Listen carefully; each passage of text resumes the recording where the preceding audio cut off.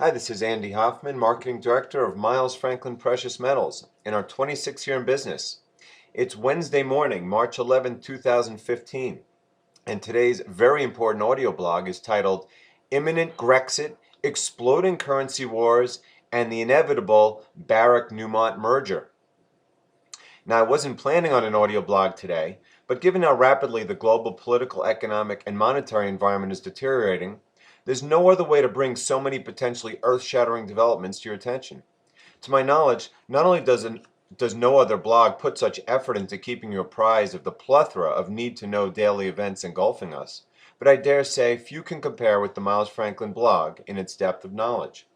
I'm proud to have been working with David Scheckman, Bill Holter, and the Miles Franklin team for nearly 3.5 years, and plan to continue educating investors for as long as there's still available gold and silver to protect them with. As you can see, today's audio blog has a tripartite title, given the sheer volume of horrible headlines in the past 24 hours alone.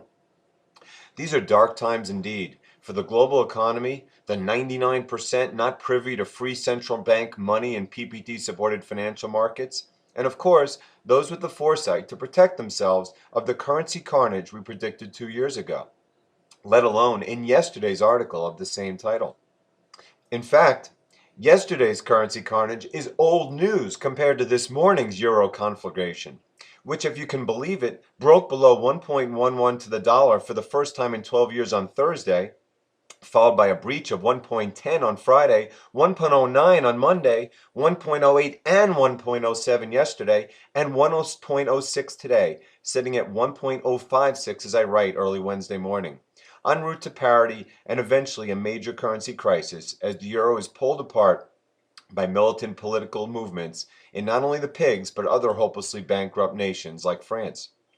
And oh yeah, for those that dispute my claim that the dollar's surge against all global currencies is decidedly not due to U.S. economic strength, but a flight to liquidity as the world scrambles to escape the ravages of economic collapse, consider that said surge is turning parabolic as the Dow Jones propaganda average has had its two biggest declines in years, while its commodity prices have spiraled toward their 2008 crash lows.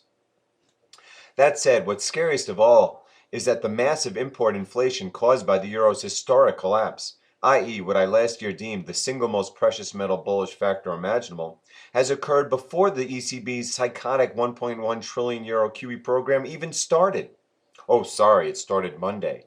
And don't forget that just last week, again, before QE even started, Mario Draghi said that the initial termination date of September 2016 may in fact be extended if Eurozone inflation, as measured by the same deviously fraudulent methods as the U.S. Consumer Price Index, doesn't reach the arbitrary level of 2.0%.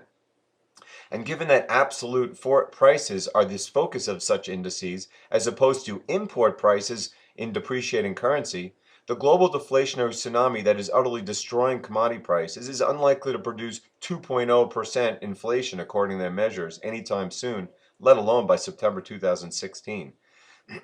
Unless, of course, the ECB and central banks just like it are crazy enough to accelerate money printing measures enough to catalyze hyperinflation, which, by the way, could commence irrespective as confidence in the dying euro union is lost and the realization of imminent debt jubilee causes the current euro currency flight to accelerate. And again, not only do 550 million people utilize the euro as either their principal currency or on a de facto basis due to a euro peg, whilst countless hundreds of millions of others have currencies directly tied to the euro's fortune, such as the Swiss franc and UK pound. In fact, the pound is quietly plunging in sympathy with the euro, on the verge of taking out the critical 1.5 to the dollar level that has represented support since the 2008 crisis. If it succumbs to 1.5, the likelihood that it takes out its 2008 low, spike low, of 1.42 becomes a very real, dramatically inflationary realization for history's most destructive imperialists, which unquestionably would respond with the same counterintuitive, suicidal, whatever-it-takes methods as the ECB in ramping up the Bank of England printing presses and again attempting to reflate its economy. And as for the Swiss franc, which forever lost its credibility when its ill-fated euro peg, which, by the way, I predicted way back when would fail, was swamped by market forces 2 months ago, let alone as its moronic central bankers discuss the possibility of a new and improved euro peg. It has plunged a whopping 12% against the dollar since then, threatening to become but a proxy for the dying euro itself. Gee, I wonder how the Swiss people react when Swiss franc price gold inevitably hits a new all-time high in the coming years. I'd say the euro is simply waiting for a catalyst to collapse, but frankly, its recent decline is already starting to look Russian ruble-like. And this with mainstream thinking still incredulously believing Greece will remain in the eurozone. Again, I go back to July 2011 when I said the euro looked likely to collapse within 12 months, only to be rescued exactly 12 months later by Draghi's whatever it takes speech and simultaneous 100 billion euro Spanish bailout. When, by the way, the euro exchange rate was at a then 6-year low of 1.23 compared to sub 1.06 today. And the irony of it all is that whatever it took to save the euro constituted, aside from heavy covert stock market support, diluting it into oblivion. That said, just how much more of an inevitable, likely, imminent catalyst than the Grexit I guaranteed in yesterday's article and predicted 2 years ago is possible? I mean, as the 1% enjoy explosive sovereign bond gains and accompanying stock appreciation care of the aforementioned QE to infinity, the vast majority of Europeans are watching their currency all but hyperinflate, whilst their economy implodes and the prospect of mass defaults, debt defaults, and care of recent policy changes, bank bail-ins, threatens their financial existence. Regarding Greece, I'm not sure how much more comical the whole debt extension charade can get, with not only the Greek people on the verge of revolution, but Syriza's leaders alternatively insulting and mocking their debt masters in Frankfurt and Brussels.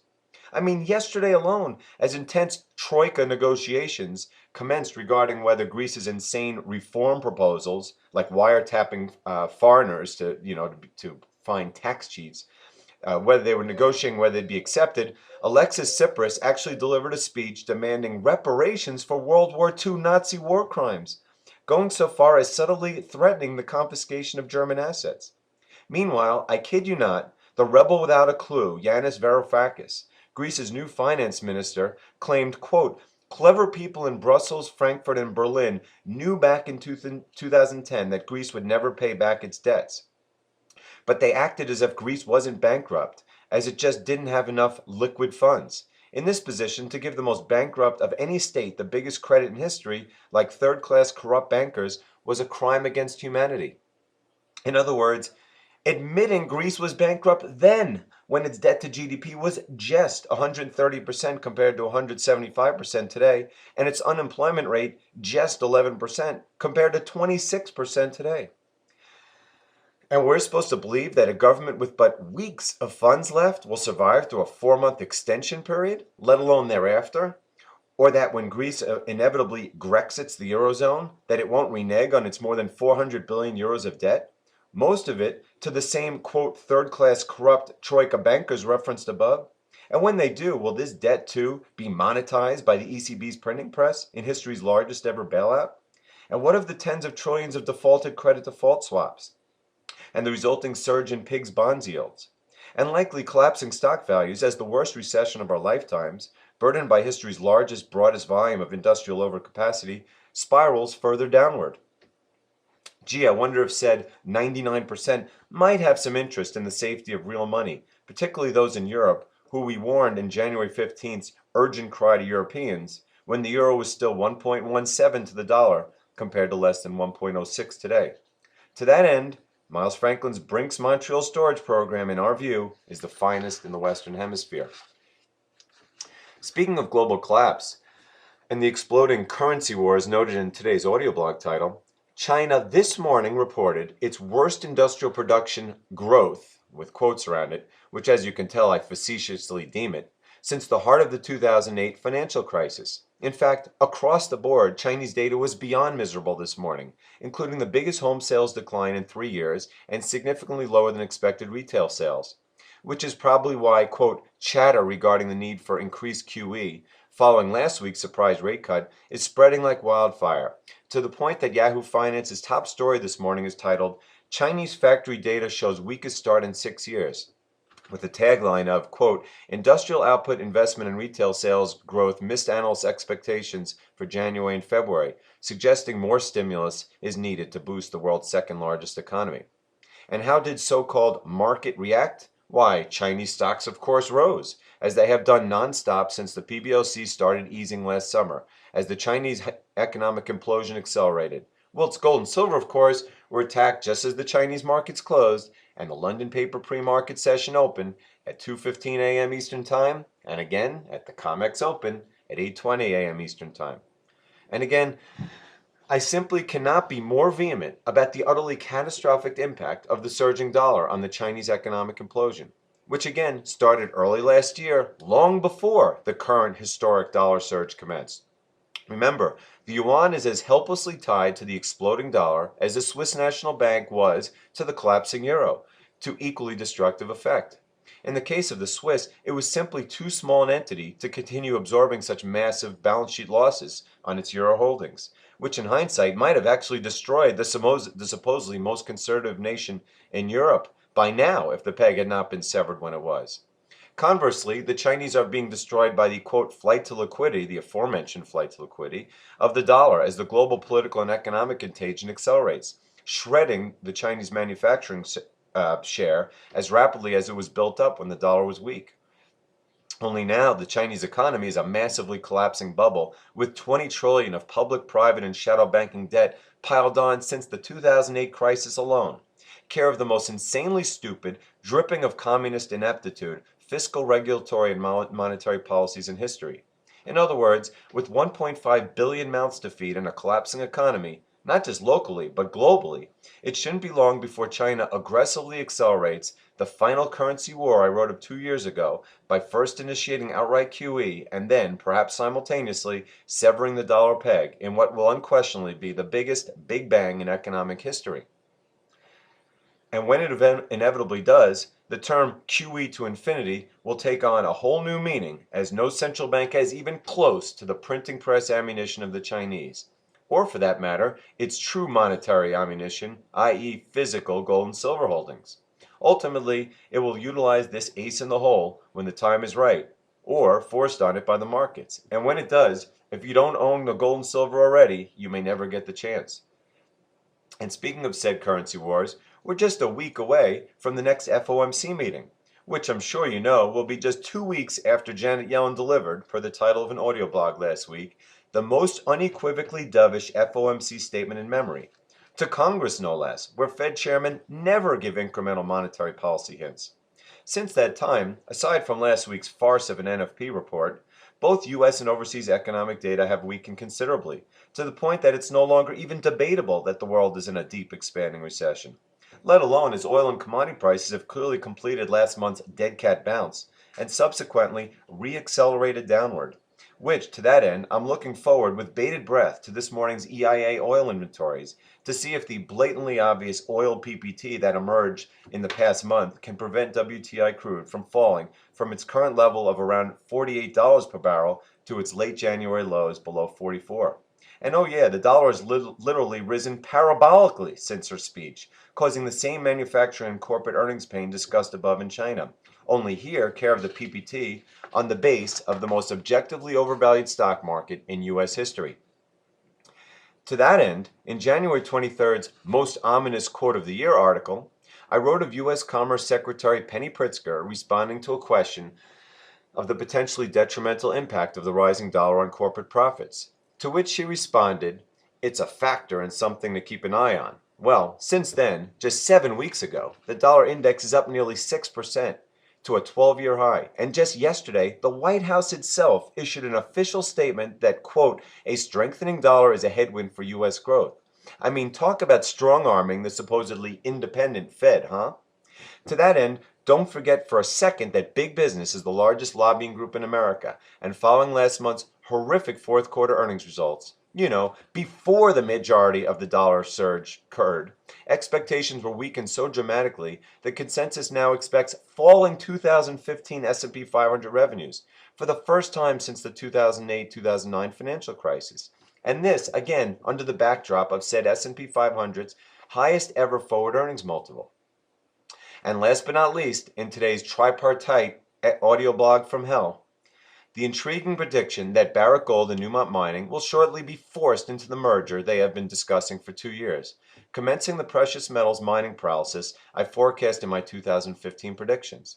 To that end, I don't think anyone has as clearly demonstrated the industry's risk since I sold my last mining share in mid-2011, left the mining industry several months later, and joined Miles Franklin, and commenced my unrelenting, increasingly shrill warning of how mining shares were not only decidedly not a proxy for gold and silver prices, but had just as much chance of going to zero as points upward. Moreover, my warnings went into hyperdrive following last fall's pre-Save Our Swiss Gold cartel attack, yielding said mining paralysis prediction. And per last week's article, initial mining earnings essentially confirmed peak gold. I have never been more fearful, or as pertains to physical metal holders, excited of the imminence of gold and silver production collapse. 2 years ago, I predicted that most of the junior mining sector would be gone by now, and effectively it is. Only a few hundred companies even exist anymore, both in North America and abroad, with enough funds to even keep the doors open, let alone explore and develop properties, particularly as the majors that typically buy them are themselves on the brink of bankruptcy. In fact, yesterday's bankruptcy announcement from former high-flying gold producer Allied Nevada, which produced 214,000 ounces of gold and 1.8 million ounces of silver in 2014, puts an exclamation point on my forecast, ominously portending what I anticipate to occur en masse in the precious metals industry this year, unless the cartel is broken in short order. To that end, it is now set in stone that global production has peaked. And in fact, I just came across a chart predicting that gold production will in fact peak this year at roughly 96 million ounces before plunging closer to 83 million ounces by the year 2022, just 7 short years from now, which jibes perfectly with expectations for the world's largest gold miner, Barrick Gold, or as I deemed them in a 2013 article, evil personified, which is currently forecast to produce just 4.5 million ounces of gold in 2020 and lower thereafter, compared to 7.4 million ounces in 2013 and 6.2 in 2014. And as for silver production, the outlook is even worse, with the vast majority of primary silver producers deeply in the red, as evidenced by 2014's horrific losses at an average price of $19 per ounce, and Pan American's CEO's last week claiming that the company's all-in cost of $16.50 per ounce was in the industry's lowest cost quartile. That said, the carnage forecast by October's Miles Franklin All-Star Silver webinar panelists will likely be even worse in the byproduct arena, as by far the largest amount of silver production emanates as byproduct from lead-zinc mines, which likely will experience significant shut-ins and a dramatic decline in project developments as the global depression continues to pressure lead, zinc, and copper prices lower. Again, there's no better way to describe the perilous situation than to compare it to the global crude oil markets, which, as described in last week's supply response article, will be as hopelessly oversupplied in the coming years as gold and silver markets will be undersupplied. In oil, the industry's largest producers have cost structures well below even today's depressed prices, and thus will continue pumping out product ad infinitum, particularly OPEC nations like Saudi Arabia, whose socialist spending budgets were predicated on much higher oil prices. Throw in the thousands of high-cost, junk bond financed shale producers that desperately need cash to keep the lights on, and majors who think of shale oil production as byproduct themselves and really don't care. And you can see why it's actually predicted that U.S. storage capacity may well be filled to the brim this summer for the first time ever. Remember, the energy industry has been the only industry to produce positive job growth since the 2008 crisis, even by the BLS's warped labor market methodology.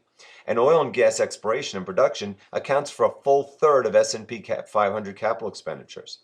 This is why I call oil that other Achilles heel to the power that be is doomed attempt to obscure reality with market manipulation, and why I think the aforementioned oil PPT will shortly fail in spectacular fashion, yielding prices well below the 2008 crisis lows. Again, I can't emphasize enough just how much overcapacity has been built into the world's oil and overall industrial infrastructure due to the decades of hypermonetary expansion and Wall Street fostered capital misallocation.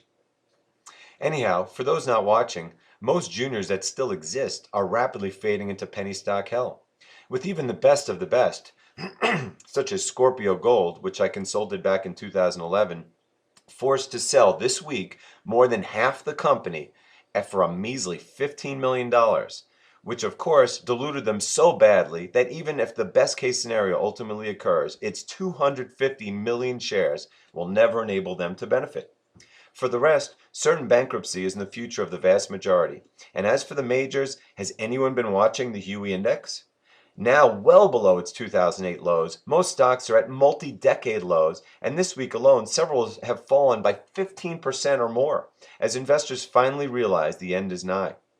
In my mining earnings note last week, as followed up by my audio blog regarding the fraudulence and flimsiness of mining reserves and resources, I noted how several majors appear close to bankruptcy, and given their subsequent stock plunges, I am sure of this than ever.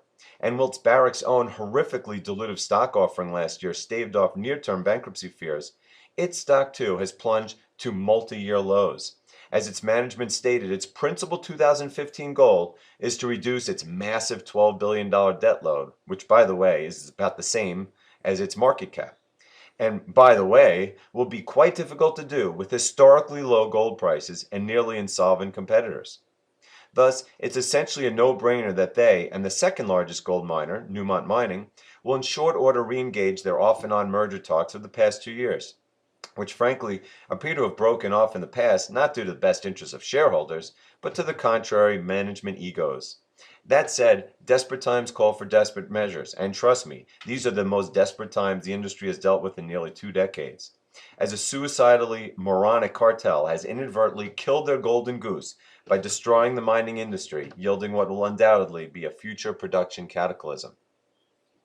And when Barrick and Newmont finally get around to saving themselves, you can bet the entire global mining industry will follow, just as the oil industry did in 1999 and 2000, when a temporary oil plunge caused nearly all the junior producers to go bankrupt, and the majors to desperately merge with each other to avoid the same, such as, for instance, Exxon and Mobil, Chevron and Texaco, BP Amoco and Arco, Conoco and Phillips, and Total Fina and Elf Aquitaine.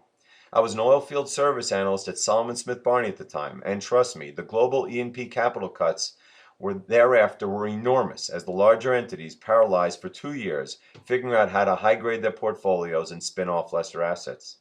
I assure you the same will happen in precious mining without question, only this time the precious metal industry is all but bankrupt from top to bottom, with a vicious cartel aiming to keep prices down compared to OPEC's relentless goal, at least until recently, of holding prices up. And by the way, although it's difficult to make comparisons with the year 2000, the price of oil rapidly turned upward, while its production has grown very slowly since, at least until high-cost shale production came to the fore. And again, care of shale, the production outlook continues to be extremely strong despite plunging oil prices, as opposed to precious metals, where the near-term production outlook is bleak and the long-term outlook catastrophic. Thus, in light of what appears to be a re-escalation of history's broadest, most global currency collapse, the renewed commodity price plunge, and per above a potentially cataclysmic decline in production as demand rises worldwide, I cannot emphasize enough how imperative it is to protect your hard-earned savings with real money, as in the long run, physical gold and silver always protect wealth. And if you decide to take action by buying or storing precious metals, we hope you'll call Miles Franklin at 800-822-8080 and give us a chance to earn your business. And as always, I can be reached via email at ahoffman@milesfranklin.com. Thanks very much.